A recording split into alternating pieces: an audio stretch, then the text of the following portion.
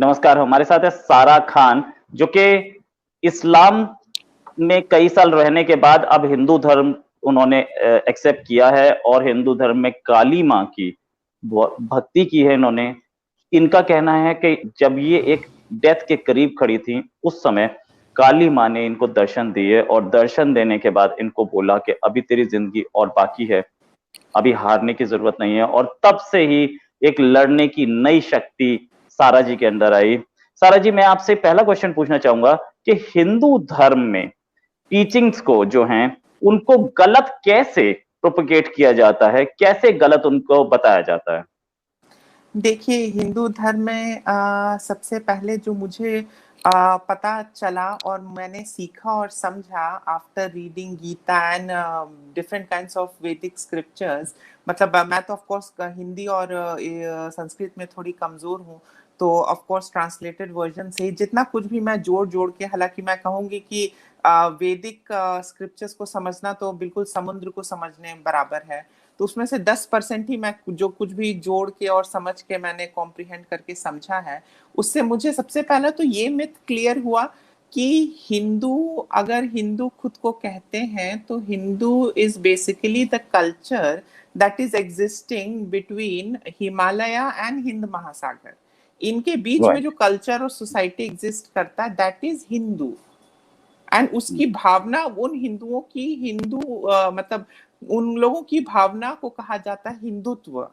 तो मतलब सबसे पहला तो मतलब परसेप्शन और समझने के चीजों में भी अंतर है कि लोग खुद को एड्रेस करते हैं हिंदू एंड नॉट अ सनातनी। हालांकि हमारा सनातन धर्म है, सनातन धर्म के अंडर में बहुत सारे अलग अलग फेथ और बिलीफ सिस्टम्स हैं, बट कलेक्टिवली अगर देखा जाए तो वो एक ही है, सनातन धर्म। तो सबसे पहला डिसेप्शन का पॉइंट है कि हम खुद को हिंदू एड्रेस करते हैं, ना कि सनातनी। तो ये एक पॉइंट है। अपार्ट फ्रॉम दैट, हिंदू धर्म में, सनातन धर्म में कहा गया है कि आत्मा परमात्मा का अंश है। और मतलब बहुत सारे स्क्रिप्चर्स में भी मैंने पढ़ा और समझा है। तो आत्मा अगर परमात्मा का अंश है, तो यानी आप एक अंश हो परमात्मा के, तो आपके अंदर जो है वो परमात्मा का ही एक अंश है। तो फिर हम जो बाहर खोज रहे हैं भगवान को, जो हम बाहर जाए, सपोज मंदिर जा रहे हैं या कहीं पे भी जा रहे हैं या बाबा के पास जा रहे हैं, गुरु जी के पास जा रहे हैं, हम उनसे चीजें सीख सकते हैं, बट भगवान का अंश तो आप में खुद में ही है। अगर हम सिर्फ अपने अंदर ही झांक ले तो हमें भगवान दिख जाएगा, तो हम बाहर क्यों देखें? तो ये एक कॉन्सेप्ट मुझे बहुत ही लिबरेटिंग लगा, मतलब वैदिक स्क्रिप्चर्स को पढ़ने के बाद, कि मतलब ये तो मतलब बहुत ही अल्ट्रा मॉडर्न मतलब लेवल की चीजें हैं, मतलब बहुत ही एक एडवांस सिविलाइजेशन का मतलब एक आपको ये एक्सपीरियंस कराती हैं कि मतलब इस लेवल पे अगर उस वक्त के लोग सोचते थे, उस वक्त के ऋषि और ऋषिकाएं अगर इस लेवल की चीजें सोचते थे और समझते थे, तो हमारा पास्ट कितना ज्यादा ही एडवांस्ड रहा होगा ये हमें भी पता नहीं है। बट आज के टाइम में हम सिर्फ हम में ही फंस के रह गए हैं। ये शरीर, हालांकि ये शरीर भी मैं नहीं हूं, मैं हूं वो एक चेतना है। तो मतलब वो बहुत ही अलग तरीके की टीचिंग, और इस टीचिंग को जो समझ लेगा वो दुनिया के हर एक कंडीशनिंग और बंधनों से मानसिक रूप से तो बिल्कुल फ्री हो जाएगा, अगर जो सनातन को ट्रूली समझ ले। बिकॉज इसमें ना ही कोई रिस्ट्रिक्शंस है, इसमें ना ही कुछ आपको सिखाया जाता है कि आप यही करो या ये ना करो। आपको अगर एक पत्थर की पूजा करनी है, आप वो भी कर सकते हो। आपको अग्नि देव का आह्वान करना है, आपको अग्नि देव का पूजा करना, आप उनकी भी पूजा कर सकते हो। आप इंद्र देव की भी पूजा कर सकते हो। आपका मन जिसमें बसे, जिससे आपको शांति और जिसके तरफ आप कनेक्टेड फील करें, आप उस माध्यम रूप में आप पूजा अर्चना कर सकते हो। तो ये तो सबसे बड़ी खूबसूरत चीज है सनातन धर्म की मतलब, और वही लोग इसको समझते कि नहीं मूर्ति पूजा, 100 करोड़ देवी देवता, ये वो, मतलब लोग अलग तरीके से समझते हैं। बट अदरवाइज सनातन धर्म इज वेरी लिबरेटिंग, अगर आप ओपन माइंड से समझे तो। खैर मतलब आपको इस शरीर में ही मोक्ष की प्राप्ति हो जाएगी अगर आप पूरी तरीके से समझ ले तो इस वजह से मतलब ये सब चीजों को देख के मुझे कहीं ना कहीं लगता है कि थोड़ा मिसअंडरस्टैंडिंग है। राइट। तो सारा जी, ऐसी कौन सी हिंदू धर्म की टीचिंग आपको सबसे ज्यादा पसंद आई जिसकी वजह से आप हिंदू धर्म की ओर अट्रैक्ट हुई और आपने इन द एंड हिंदू धर्म को अपना लिया? देखिए, हिंदू धर्म की एक सबसे इंटरेस्टिंग टीचिंग मुझे बहुत ही अच्छी लगी। अब ये जो टीचिंग है ये मैंने देख के सीखा था। ये टीचिंग मैंने उस वक्त तक पढ़ा नहीं था। पढ़ना तो बहुत लेट स्टार्ट हुआ जब मैंने मतलब वैदिक स्क्रिप्चर्स का ट्रांसलेटेड वर्जन्स पढ़ना शुरू किया और समझना शुरू किया। बट इनिशियली मुझे जो चीज सबसे ज्यादा मतलब सनातन धर्म की जो खूबसूरत लगी वो ये लगी कि मतलब मतलब इस धर्म में, इस वे ऑफ लिविंग में एक गौ को भी माँ का दर्जा दिया जाता है। एक गौ को भी मतलब suppose for example Abrahamic side से देखे तो वो बस एक खाने का सामान है, दूध निचोड़ लो, आई मीन वो पीने के काम में आ जाएगा, बूढ़ी हो गई तो काट के खा जाओ, right? This is how it works in the Abrahamic faith. But when it comes to Sanatan Dharma, मैं बचपन में देखती थी कोई एक बूढ़ा मतलब साधु भी जाता था तो उसके पास एक सूखी हुई रोटी रहती थी, तो वो भी वो निकाल के थोड़ा उसको पानी से भिगा के वो जानवरों को खिलाते थे। तो ये कहीं ना कहीं देख के वो दिमाग में एक इम्पैक्ट आता था कि ऐसा हो रहा है और हम लोग तो देख रहे हैं कि कुर्बानी करना पड़ रहा है, ये काटो वो काटो, और ऑन द कॉन्ट्ररी ऐसे मतलब शांति से भी लोग रह सकते हैं, सो कंटेंट एंड फुलफिल्ड। तो ये एक सबसे मुझे अच्छा लगा कि प्रकृति की हर बनाई चीजों का आदर करो और प्रकृति की हर बनाई चीजों का सम्मान करो। तो ये एक बहुत ही फॉरमोस्ट और बहुत ही प्राइमोर्डियल टीचिंग है जो कि सनातन धर्म हमें सिखाता है, को एग्जिस्टेंस। प्रकृति के हर बनाई हुई चीजों के बीच में मिलजुल के रहो, बिना किसी रीजन के आप उत्पात मत मचाओ, बिना किसी रीजन के किसी को मारो मत। आप मतलब खुद में सस्टेन करो, आप खुद को सस्टेन करो और दूसरों को भी सस्टेन करने दो। तो सनातन धर्म is all about non violence. मतलब लोग अगर समझना चाहें तो this is totally non violence.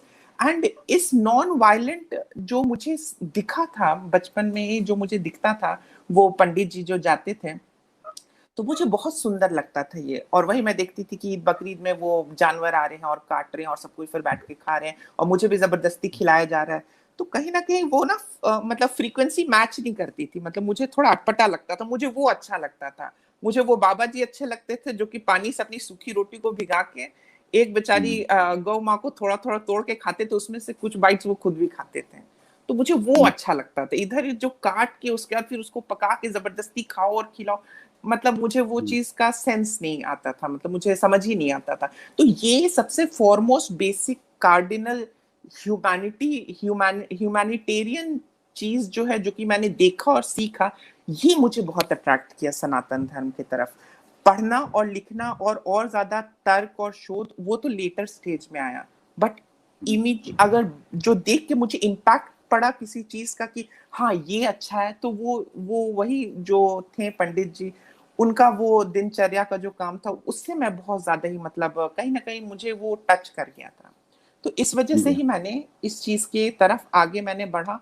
और मुझे कहीं ना कहीं लगा कि जब को एग्जिस्टेंस है तो फिर बहुत और भी बहुत कुछ होंगी। और धीरे धीरे तो फिर जब मैं खुद पढ़ने लिखने लगी, जब मैं मेरा खुद मतलब बौद्धिक विकास होने लगा, आध्यात्मिक विकास होने लगा, तो फिर मुझे पता चला कि सनातन धर्म और हिंदू धर्म को जितना लोग मलाइन करते हैं और जितना छोटा दिखाने का कोशिश करते हैं कि ये लोग सिर्फ मूर्ति पूजा करते हैं, ये लोग काली माँ का पूजा करते हैं, ये लोग सिर्फ पूजा पाठ करते हैं, गौ मूत्र पीते हैं, तो बचपन में हमें इस टाइप का ही मतलब इंप्रेशन दिखाया जाता था कि ये लोग मतलब ऐसे हैं वैसे हैं, ये लोग मुस्लिम को मारते हैं और ये करते हैं, ये लोग मतलब भूत शैतान की पूजा करते हैं। पर धीरे धीरे जैसे ही पढ़ने लगी मैं और चीजों को और समझने लगी, मुझे मतलब मुझे एक दिन एक ऐसा एक्सपीरियंस हुआ कि मैं बैठी हुई थी और मुझे ऑल ऑफ अ सडन ऐसा लगा कि मेरे आंख से एक चश्मा उतर गया, और वो चश्मा था वो भ्रम का चश्मा।